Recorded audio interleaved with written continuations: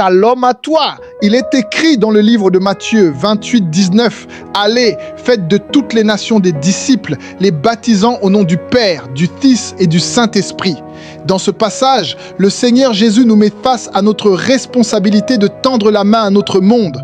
Notre responsabilité principale sur la terre est de prêcher l'Évangile à ceux dans notre monde, faire des disciples ou des étudiants de ceux dans notre sphère de contact.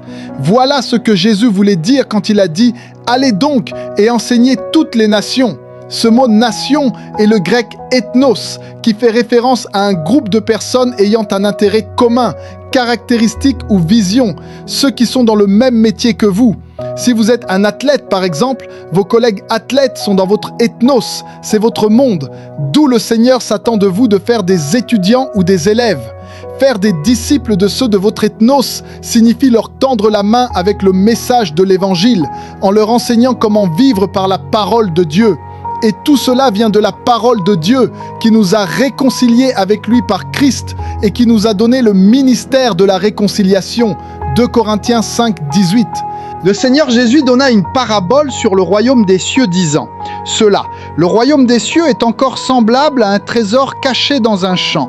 L'homme qui l'a trouvé le cache, et dans sa joie, il va vendre tout ce qu'il a et achète ce champ. » Matthieu 13, 44. Ce qui était plus important pour l'homme n'a pas été le terrain, mais le trésor dans le domaine. De la même manière, Dieu est plus intéressé par les âmes que vous pouvez amener à lui dans votre sphère de contact. La prédication de l'Évangile n'est pas facultative, mais quelque chose que nous devons tous faire. Elle est non seulement pour les évangélistes ou les pasteurs, c'est pour chaque chrétien.